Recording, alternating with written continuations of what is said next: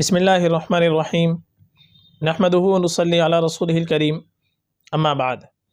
محترم ناظرین کرام، ایک صاحب اخلاق خان، ان کا سوال ہے مفتی صاحب احان نام کے معنی بتا دیجئے پلیز۔ احان نام یہ عام طور پر ہمارے یہاں بہت زیادہ رکھا جاتا ہے۔ اس کے معنی اور تلفظ کے اندر ہم سب سے پہلے اس کا تلفظ صحیح کر لیں۔ ایک تو یہ لفظ ہم پڑھتے ہیں احان، بڑے ہا کے ساتھ میں احان۔ احان جو بڑے ہا کے ساتھ میں ہے، یہ لغت کی کسی کتاب میں ہم کوئی لفظ نہیں مل پایا ہے۔ البتہ عربی زبان کے اندر ایک لفظ ہوتا ہے احنا احنن۔ یہ جو لفظ ہے عربی زبان کے اندر احنا احنن کے معنی آتے ہیں بغض اور کینہ رکھنا۔ اس لفظ سے اگر احان مانتے ہیں تو یہ بغض اور کینہ کے معنی آئے گا، تو یہ نام تو بالکل مناسب نہیں ہے۔